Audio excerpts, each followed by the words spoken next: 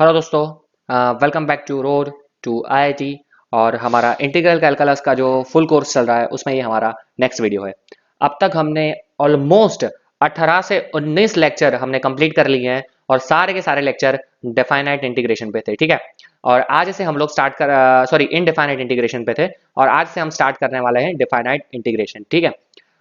बहुत सारे फॉर्मूलाज देखे हैं, बहुत सारे न्यूमेरिकल्स देखे हैं हमने, ठीक है। बहुत बेसिक से हर चीज़ समझी है, ठीक है। और वही चीज़ हम इसमें भी करने वाले हैं। ऑलमोस्ट सारे फॉर्मूलाज हर चीज़ यहाँ पे सेम रहने वाली है, थोड़े कुछ फॉर्मूलाज यहाँ पे ऐड होंगे। डेफिनेट इंटीग्रेशन में क्या ध्यान रखना है वो भी हम यहाँ पे डिस्कस करेंगे। आगे बढ़ने से पहले again this is our email address road2iit12@gmail.com। आप यहाँ पे हमें अपने डाउट्स, क्वेरीज, सजेशंस ईमेल कर सकते हैं, ठीक है। तो विदाउट वेस्टिंग अ टाइम चलिए आगे बढ़ते हैं हमारे आज के लेक्चर पे। आज हम पहले तो डिफाइनेट इंटीग्रेशन के बारे में थोड़ा बेसिक चीज़ें डिस्कस करेंगे और फिर धीरे धीरे हम न्यूमेरिकल्स पे, फॉर्मूलाज पे आगे बढ़ने वाले हैं, ठीक है। और जिन जिन लोगों ने मेरा इनडिफाइनाइट का पूरा कोर्स नहीं देखा है, पूरे पूरे आप वीडियोस देखिए, बहुत अच्छा हमने पूरा कोर्स लिया है और काफ़ी डीप डीप न्यूमेरिकल्स, काफ़ी बेसिक से लेके JEE एडवांस तक के न्यूमेरिकल्स हमने सॉल्व किए हैं, ठीक है। तो आई होप सबको मज़ा आ रहा होगा। तो देखिए ये लास्ट लेक्चर का है हमारा, लास्ट लेक्चर में हमने ये सारा सॉल्व किया था और आज हम देखने वाले हैं इन डिफाइनाइट इंटीग्रेशन, ठीक है। ओके, देखिए यहां से हम आज स्टार्ट करेंगे डिफाइनाइट इंटीग्रल, ठीक है। ओके, तो डेफिनेशन लिखिए। A definite integral is denoted by integration, ऐसे इसे ऐसे पढ़ते हैं, integration from a to b f of x d x where a is called lower limit of the integral and b is called upper limit of the integral. ये जो है, ये मैंने आपको फर्स्ट लेक्चर जो हमारा हुआ था जिसमें मैंने फिजिकल सिग्निफिकेंस और क्या बोलते हैं जो बेसिक डेफिनेशंस बताई थी, वहां पे मैंने बताया था, फिर से बता दे रहा हूं कि ये है upper limit, this is upper limit and A is lower limit, ठीक है। तो यहाँ पे दो लिमिट के बीच में, मतलब एक डिफाइनाइट का मतलब है एक पर्टिकुलर एरिया। मैंने पहले भी बताया था integration is nothing but the area under the curve. तो यहाँ पे अगर मेरा सपोज के इस तरह से कोई ग्राफ बन रहा है, ठीक है। सपोज के इस तरह से मेरा कोई ग्राफ है, तो अगर मुझे ये ए पॉइंट पता है, अगर मुझे ये बी पॉइंट पता है, तो ए और बी के बीच का जो एरिया होगा that is my definite integration, ठीक है। इनडिफाइनाइट में ये दो फिक्स पॉइंट हमारे पास नहीं होते हैं, ठीक है। इसीलिए we always add c, constant वहां पे हम ऐड करते हैं, जबकि डिफाइनाइट में कांस्टेंट ऐड नहीं होगा। क्यों नहीं होगा वो मैं आपको समझाऊंगा अभी, ठीक है।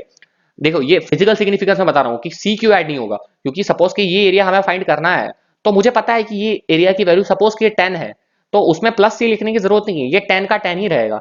लेकिन अगर मुझे इस तरह से यही चीज में यही कोई मेरा फंक्शन है, ठीक है, और मुझे उसका पूरा एरिया फाइंड करना है, इनडिफाइनाइट इंटीग्रेशन है, तो मैं क्या कर सकता हूं, मैं उस फंक्शन के हिसाब से इंटीग्रेशन फाइंड करूंगा, लेकिन वो कहां तक है लिमिट्स पता नहीं है। So we assume some constant c here, कि उतनी ऐड करके वो हम इंटीग्रेशन टोटल डिफाइन करते हैं, ठीक है। सी आर्बिट्री कांस्टेंट है, मतलब उसकी वैल्यू कुछ भी हो सकती है as per the given interval, ठीक है।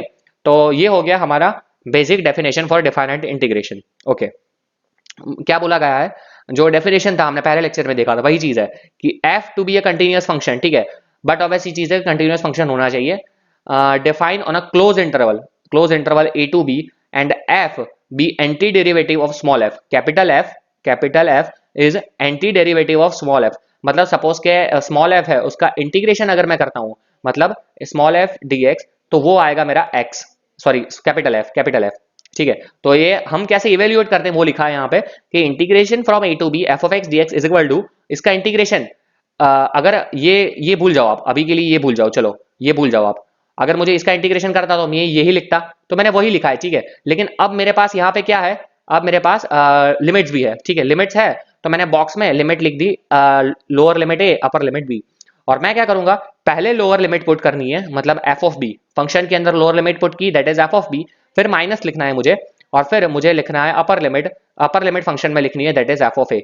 मतलब इवेल्युएट करने के बाद what I will do is, मैं पहले पुट करूंगा लो अपर लिमिट, देन मैं लिखूंगा माइनस, और फिर मैं पुट करूंगा लोअर लिमिट। तो this will be my final answer of definite integration, ठीक है। आई होप यहां तक सबको समझ में आया होगा।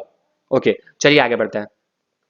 स्टेप्स का मैंने यहाँ पे लिखा है कि स्टेप्स कौन से होने चाहिए to integrate this integration a to b f of x d x. बहुत ही बेसिक चीजें से जा रहा हूँ, ठीक है। मैं देखिए पहले तो हमें क्या करना है, फाइंड द इनडिफाइनाइट इंटीग्रेशन। आप एक सेकंड के लिए ऐसा समझ लो कि ए टू बी है ही नहीं, तो सिर्फ अगर एफ ऑफ एक्स है dx, मतलब नॉर्मल इंटीग्रेशन, इनडिफाइंड इंटीग्रेशन, तो उसका आंसर क्या आ जाएगा मेरा, सपोज के capital F of x. Okay, no problem. There is no need to keep the constant c here, ठीक है। इसमें सी क्यों नहीं रखते हैं वो अभी मैं आपको बताता हूँ, ठीक है। इफ वी कंसीडर, यहाँ पे लिखा है ये देखो, if we consider f of x plus c, suppose कि हमने ये लिख दिया f of x plus c लिखा, ठीक है। ओके, और instead of f of x, no problem. तो हमारा ये आंसर आ गया f of x plus c, और यहाँ है lower limit a, upper limit b. अब मैं बी पुट करूंगा, ठीक है। ये पूरे फंक्शन में अगर मैं बी पुट करता हूं तो ये हो जाएगा एफ ऑफ बी प्लस सी। ध्यान से देखिएगा, एफ ऑफ बी प्लस सी, क्योंकि सी तो कांस्टेंट है, बी पुट करो, ए पुट करो, जेड पुट करो, कोई भी फर्क नहीं पड़ता। तो ये पूरा हो जाएगा f of b plus c, फिर माइनस लिखने के बाद अंदर आएगा lower limit, that is f of a plus c. तो यहाँ पे देखिए आपको क्लियरली दिख रहा है कि ये सी को मार डालेगा, ठीक है। तो अल्टीमेटली सी जो कांस्टेंट है उसको रिमूव ही होना है, तो सी लिखने की यहाँ पे जरूरत ही नहीं है, सिर्फ डायरेक्ट हमारा आंसर आ जाएगा f of b minus f of a, ठीक है। देखिए यही आंसर आ रहा है, तो हम यहाँ पे सी नहीं लिखते हैं, ठीक है। ये सी लिखने की जरूरत होती नहीं है यहाँ पे। आई होप सबको समझ में आ रहा होगा। और वो सी क्यों नहीं लिखते हैं, उसका रियल मीनिंग क्या है वो मैंने यहाँ पे आपको समझाया, कि हम एक डिफाइनाइट एरिया फाइंड कर रहे हैं, ठीक है। जब हम डिफाइनाइट एरिया ही फाइंड कर रहे हैं तो उसकी कोई डिफाइनाइट वैल्यू आएगी, 10 pi root root pi what ever it is, but वो एक डिफाइनाइट वैल्यू आएगी। कांस्टेंट, कोई अननोन कांस्टेंट, आर्बिट्री कांस्टेंट लिखने की जरूरत ही नहीं आएगी, ठीक है। ये उसका रियल मीनिंग है, that's why we are not writing c. और ये हमने मैथमेटिकल भी साबित कर दिया, no problem. Thus, arbitrary constant it disappears in evaluating the value of definite integral. Definite integral में arbitrary जो constant होता है वो यहाँ पे disappear हो जाता है, no problem. Then what we will do is f of b minus f of a हमारा जो मिल गया ये, that is our answer, that is f of x of integration of ये f of x है उसमें a to b, और which is the value of this। तो ये इसकी वैल्यू हो जाएगी integration a to b f of x d x is equal to f of b minus f of a, where f is the integration of this function. Okay, no problem. I hope यहां तक सबको एकदम crystal clear हुआ होगा।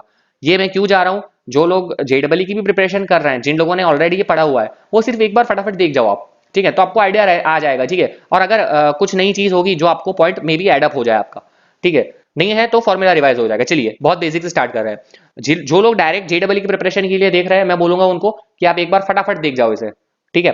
तो देखिए मैंने क्या बताया था कि पहले हम इसका नॉर्मल इंटीग्रेशन करते हैं। नॉर्मल इंटीग्रेशन मतलब इसका इंटीग्रेशन हमें पता है एक्स स्क्वायर का एक्स क्यूब बाय 3 होता है, नो प्रॉब्लम। नॉर्मल इंटीग्रेशन कर दिया, सी लिखता नहीं हूं मैं, ठीक है। यहाँ पे लोअर लिमिट है 2, अपर लिमिट है 3, मैंने लिख दी।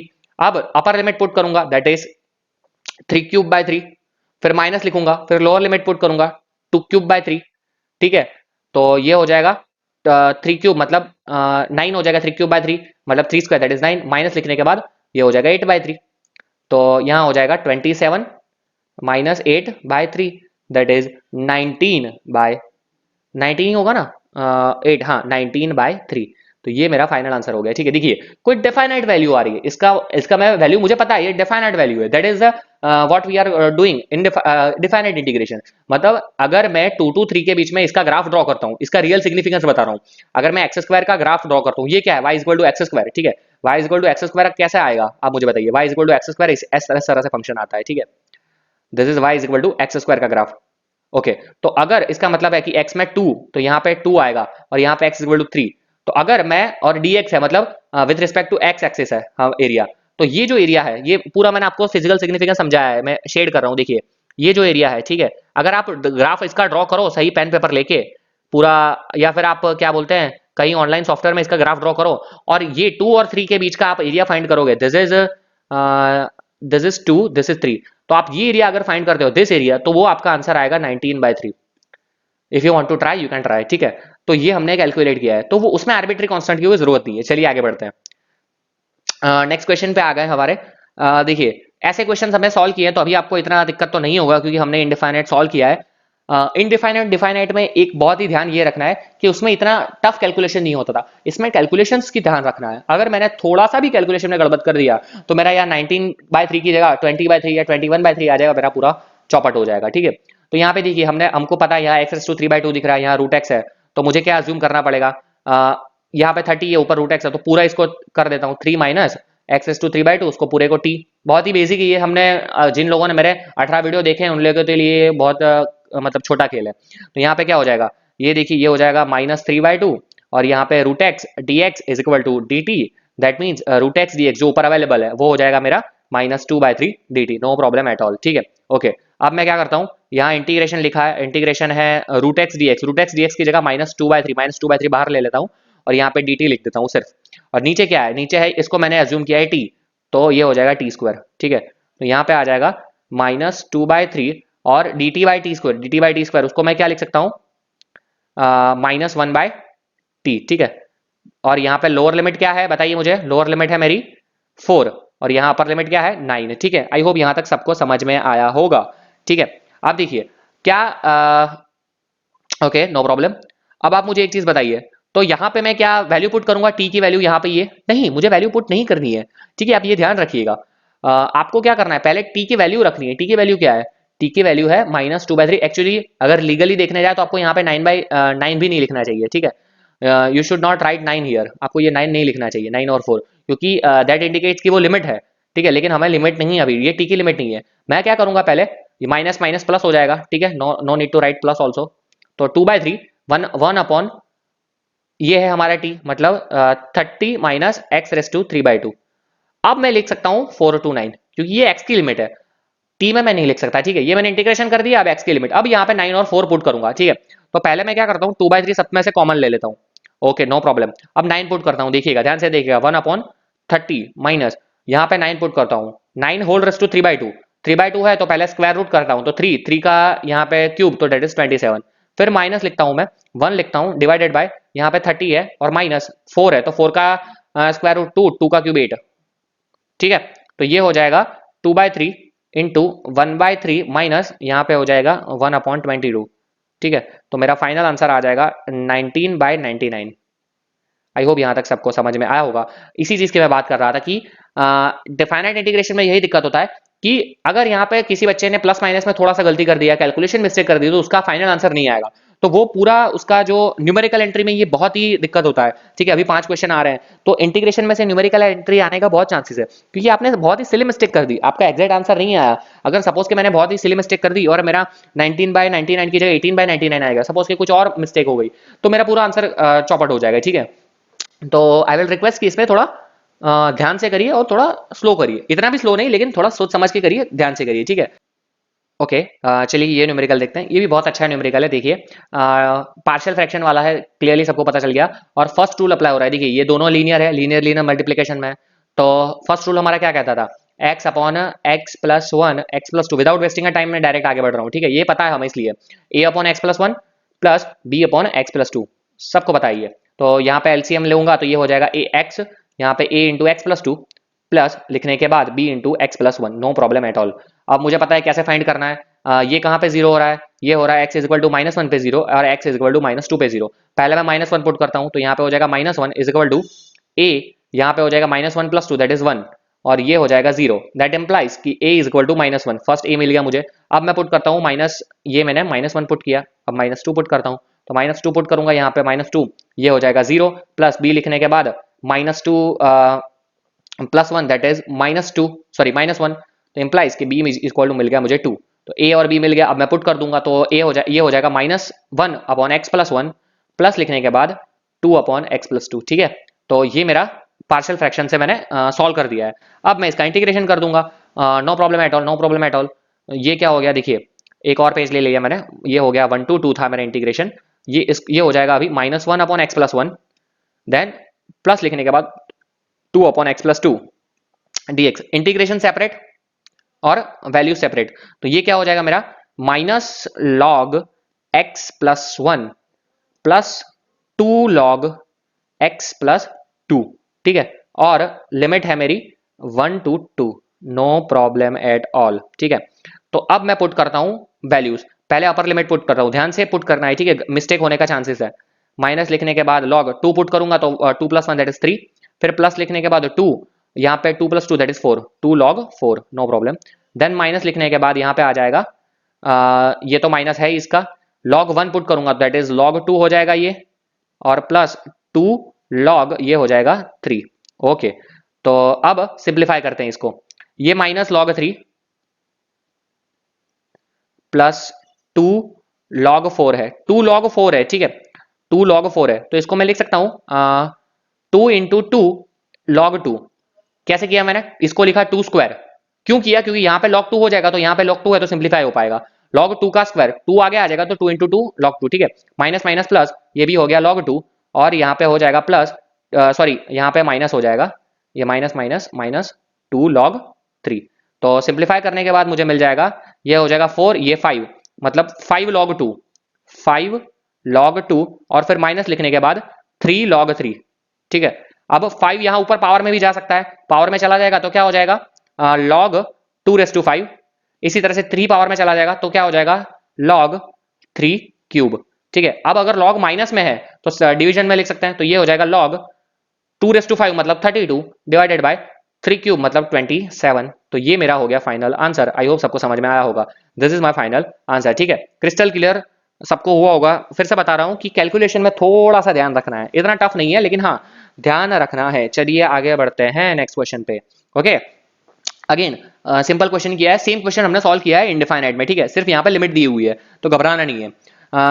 देखिए साइन क्यूब है, यहाँ पे साइन क्यूब है, कॉस 2t है, तो मतलब यहां से क्लियरली दिख रहा है कि cos 2t dt मुझे मेरा डेरिवेशन बन रहा है, तो साइन मुझे अज्यूम करना पड़ेगा। तो sine 2t is equal to, assume करता हूं मैं u, तो क्या हो जाएगा cos 2t into 2 into d t is equal to d u. No problem.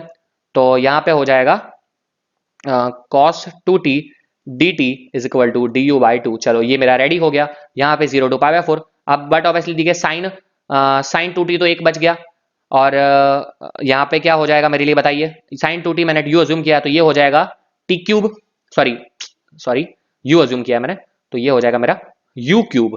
ठीक है, इनटू ये क्या है cos 2t dt that is du by 2, तो 1/2 common, integration 0 to π/4 u³ du, तो ये हो जाएगा 1/2 बाहर, यहाँ पे u⁴/4 0 to π/4। ठीक है, तो ये हो जाएगा 1/8 है, π/4 पुट करता हूं तो π⁴ डिवाइडेड बाय 4⁴। ठीक है, और अगर मैं इसका सिंप्लीफिकेशन देता हूं, ठीक है, ओके ओके, देखिए देखिए ये मिस्टेक होती है जल्दबाजी में, मेरे से भी मिस्टेक हो गई। देखो मैंने फिर से बताया था कि हमें यहाँ पे u एज्यूम किया है, तो मैं यहाँ लिमिट पुट कर सकता हूँ? नहीं, मैं नहीं कर सकता। तो मुझे ये लिमिट पुट नहीं करनी है। देखो यहाँ पे ये लिमिट नहीं लिख सकता क्योंकि ये u की लिमिट है, लेकिन मुझे तो जो लिमिट दी है वो t की दी है। ठीक है, देखिए ये मिस्टेक अगर मैंने सॉल्व किया होता, जो मेरा आंसर आता ना वो ऑप्शन में लिखा होता, लेकिन मुझे पता चल गया मुझे यहाँ पे लिमिट ही नहीं लिखनी है। पहले मैं क्या करूंगा, 1/8 4 मल्टीप्लाई कर देता हूँ, 4 मल्टीप्लाई कर देता हूँ मैं। ठीक है, तो ये हो जाएगा मेरे लिए 1/8, इसको मैं लिखूंगा साइन 2t⁴, और फिर मैं लिमिट लिखता हूं 0 to π/4। ठीक है, ये मेरा हो गया। अब मैं लिमिट पुट कर सकता हूं, अब मुझे कोई दिक्कत नहीं है। तो अगर अब मैं लिमिट पुट करता हूं तो 1/8, अगर मैं π/4 पुट करता हूं तो साइन π/4 इंटू 2 दैट इज π/2, और π/2 क्या होता है, साइन π/2 होता है 1, तो 1⁴ हो जाएगा। माइनस लिखने के बाद 0 पुट करूंगा तो साइन 0 0, 0⁴ हो जाएगा। दैट मीन्स ये हो जाएगा 1/8, विच is my final answer. I hope सबको क्वेश्चन समझ में आया होगा। अगर आप कुछ भी अज्यूम कर रहे हैं तो पहले जो अज्यूम किया है वो पुट करो, फिर ही लिमिट पुट करनी है। ठीक है, अगर आपको ये नहीं करना है, ठीक है, अगर आपको ये नहीं करना है तो आपको क्या करना पड़ेगा, आपको लिमिट चेंज करनी पड़ेगी। ठीक है, वो भी मैं आपको समझा देता हूँ। देखिए यहाँ पे है यू की क्या लिमिट है, यू की एक पेज ले लेता हूँ। ठीक है, मैंने यहाँ पे टी की वैल्यू है, मुझे टी की लोअर लिमिट है 0, अपर लिमिट है π/4। ओके, 0 और π/4 है, और मैंने अज्यूम किया है sine 2t is equal to u. No problem at all. अब देखो, तो या तो मैं अभी 2-3 मेथड किए हैं कि आप सॉल्व करो, वैल्यू पुट करो जो आपने अज्यूम किया, और फिर जो उसकी रियल लिमिट है वो पुट करो, या फिर आप क्या कर सकते हो, मैं यहीं पे लिमिट चेंज कर दूं कि अगर मैं t0 पुट करता हूं, t0 पुट करो यहाँ पे, करो मेरे साथ, t0 पुट करूंगा यहाँ पे, तो साइन 0, तो क्या हो जाएगा 0, मतलब u की लोअर लिमिट क्या आएगी 0। और अगर मैं π/4 पुट करता हूं तो π/4 पुट करने में π/4 इंटू 2 दैट इज π/2, और क्या हो जाएगा साइन π/2 1, तो 1 लिमिट हो जाएगी। तो ये मेरी लिमिट हो गई। अगर मुझे u में ही लिमिट पुट करनी है तो मुझे लोअर लिमिट 0 और अपर लिमिट 1 पुट करनी है। ये क्या किया हमने, limit change with variable. t में लिमिट ये है, लोअर लिमिट अपर लिमिट, लेकिन u में लिमिट है लोअर ये और अपर लिमिट है ये। तो अगर मुझे यहाँ पे लिखना होता, यहाँ पे ये देखो, यहाँ पे ये देखो, ये स्टेप है, मैं ये स्टेप उठा रहा हूँ, ध्यान से देखिएगा, ये स्टेप है ना, ये स्टेप मैं उठा रहा हूँ, यहाँ पे लिख रहा हूँ क्या है 1/2 u⁴/4। ठीक है, अगर मुझे यहाँ पे लिमिट पुट करनी होती तो मैं पुट करता 0 to 1, तो अगर मैं पुट करता 0 तो मुझे मिलता 1/4 माइनस 0 दैट इज 1/8, तो मुझे सेम आंसर मिल जाता। ठीक है, तो या तो आप ये ऑप्शन कर सकते हो, या तो यहाँ पे जो हम कर रहे हैं कि पहले आप जो अज्यूम किया था वो पुट करो और जो रियल लिमिट है वो करो, आपको जो पसंद आए वो कर सकते हो। ठीक है, मैं दोनों से करता रहूंगा तो आपको दोनों मेथड समझ में आती रहे। ठीक है, आई होप यहाँ तक सबको हर एक चीज बहुत ही अच्छे से क्लियर हुई होगी। अब चलते हैं अब आगे बढ़ते हैं नेक्स्ट क्वेश्चन पे। ओके, क्या बोला गया है, -1 to 1 5 x raise to 4 square root of x raise to 5 plus 1, ठीक है, dx। Okay, no problem at all. अब ये तो भैया बच्चे बच्चे को पता है, जिन जिन लोगों ने मेरे वीडियोस देखे हैं ना, उनको उनके लिए ये बहुत रद्दी चीज़ है। देखिए यहाँ पे एक्स टू 5 दिख रहा है, यहाँ पे x to 4, 5 x to 4 dx दिख रहा है। अंधे को भी पता चल जाएगा मुझे क्या अज्यूम करना है। मुझे अज्यूम करना है x to 5 plus t is equal to x to 5 plus 1, sorry यहाँ पे 1 है, कोई दिक्कत नहीं है, कोई दिक्कत नहीं है। X to 5 plus 1 is equal to t assume करना है, तो ये हो जाएगा 5 x to 4 d x is equal to d t, ठीक है, ये हो गया। अब वैल्यू पुट कर देता हूं, तो -1 to 1, इसकी जगह मैं क्या लिखूंगा, एक्स टू 5 प्लस 1 मतलब टी, टी रेस टू 1/2, और यहाँ ये क्या है, ये है डी टी, ठीक है। लेकिन देखो यहाँ पे मैं ये लिमिट लिख सकता हूँ, नहीं मैं ये लिमिट नहीं लिखूंगा, ये मैं लिमिट नहीं लिखूंगा। क्यों नहीं लिखूंगा, क्योंकि ये टी की लिमिट नहीं है यार, ये एक्स की लिमिट है, तो मैं लिमिट नहीं लिखूंगा, मैं इसको सॉल्व कर दूंगा पहले। अगर मैं इसको सॉल्व करता हूं तो क्या होगा आप मुझे बताइए, ये हो जाएगा 2/3 टी रेस टू 3/2, बहुत सिंपल इंटीग्रेशन है यार ये, ठीक है। और अब मैं पुट करूंगा एक्स की वैल्यू, एक्स की वैल्यू पुट करता हूं तो 2/3 x raise to 5 plus 1 whole raise to 3/2, ठीक है। अब मैंने ये कर लिया है सॉल्व। अब मैं यहाँ पे लिमिट पुट कर सकता हूँ, अब मैं यहाँ पे लिमिट लिखूंगा -1 to 1, और अब मैं 1 और -1 पुट कर दूंगा, सिंपल। तो यहाँ पे क्या है, 2/3 कॉन्स्टेंट आ जाएगा, 1 पुट करने पे 1 raise to 5 plus 1 whole raise to 3/2, फिर माइनस, और फिर -1 raise to 5 plus 1 whole raise to 3/2, ठीक है। और इसको मैं सिंप्लीफाई कर दूंगा तो 2/3 ये हो जाएगा, 1 रेस टू 5 ये 2 हो जाएगा, 2 रेस टू 3/2, और यहाँ पे माइनस लिखने के बाद -1 raise to 5 that is -1, -1 plus 1 that is 0, कुछ भी पावर हो कोई दिक्कत नहीं है। तो ये मेरा हो जाएगा 2 रेस टू 3/2, और यहाँ पे है 2, तो 2 रेस टू 3/2 मतलब 2 इंटू स्क्वायर रूट, तो ये हो जाएगा 4√2/3। आई होप यहाँ तक सबको समझ में आया होगा। बहुत ही सिंपल तरीके से हमने ये क्वेश्चन भी निपटा लिया है, ठीक है, कोई भी दिक्कत नहीं है। या तो आप, मैंने बताया कि ये कर सकते हो, या तो ये फिर यहाँ पे आप लिमिट चेंज कर सकते हो, ठीक है। पहले ही 1 पुट कर दो और टी की लिमिट यहाँ पर रख दो, दोनों के तरीके से आप सॉल्व करोगे, आंसर सेम ही आने वाला है। चलिए बढ़ते हैं हमारे नेक्स्ट क्वेश्चन पे। ओके, अच्छा क्वेश्चन, अच्छा क्वेश्चन, लेकिन सिंपल क्वेश्चन। क्या दिया है, tan इनवर्स दिया है, और उसके बगल में क्या है, 1/1 प्लस एक्स स्क्वायर। बच्चे बच्चे को बताया क्या अज्यूम करना है, tan inverse of x is equal to t assume कर दो, तो क्या हो जाएगा, 1/1 plus x square d x is equal to d t हो गया, ठीक है। अब चलो यहीं पे मैं वैल्यू चेंज कर देता हूँ, ठीक है, यहीं पे मैं वैल्यू चेंज कर देता हूँ आपके लिए। तो देखिए x की लिमिट क्या है, x की लिमिट है 0 and 1, ओके। अगर x 0 पुट करता हूँ यहाँ पे, x 0 पुट करो, तो tan इनवर्स ऑफ 0 मतलब क्या होगा, tan इनवर्स ऑफ 0 क्या होता है, 0 होता है, और फिर 1 पुट करो, 1 पुट करो, tan इनवर्स ऑफ 1 वो क्या होता है, π/4, तो t की लिमिट हो जाएगी 0 to π/4, ठीक है। तो अब यहाँ पे पुट करता हूँ मैं 0 to π/4, अब मैं लिमिट लिख सकता हूँ क्योंकि मैं t में लिख रहा हूँ, ठीक है। तो this dx/1 plus x square that is dt into tan inverse x that is t, तो ये हो जाएगा मेरा t²/2, टी डी टी का इंटीग्रेशन t²/2, 0 to π/4, ठीक है। और अब मैं π/4 पुट करता हूं तो ये हो जाएगा π/4 का स्क्वायर और इंटू 1/2 तो है ही, तो ये हो जाएगा π², यहाँ 16 2 32 मतलब π²/32, which is my final answer. I hope सबको ये क्वेश्चन भी समझ में आया होगा, कुछ बड़ी चीज यहाँ पे है नहीं, ठीक है। तो ओके, नेक्स्ट क्वेश्चन पे आगे बढ़ते हैं। ओके, सम प्रॉपर्टीज आ गई है, बहुत ही इंपॉर्टेंट लेक्चर होने वाला है नेक्स्ट वाला हमारा, some properties of definite integral सीखने वाले हैं। 6 से 7 प्रॉपर्टीज है, हर एक का हम लोग डेरिवेशन भी करने वाले हैं, ठीक है। तो ये लेक्चर देखना मत भूलिएगा, आज का लेक्चर भी बहुत अच्छा गया हमारा, बहुत अच्छे से सारे क्वेश्चन हमने सॉल्व किए हैं। तो चलिए मिलते हैं हमारे नेक्स्ट लेक्चर पे। Till then thank you for watching this video. Like कर दीजिए, शेयर कर दीजिए, कमेंट करना ना भूले, आपको अच्छा लग रहा है तो भी कमेंट करिए, आपको कोई डाउट है तो भी कमेंट करिए। चलिए मिलते हैं नेक्स्ट लेक्चर पे, थैंक यू।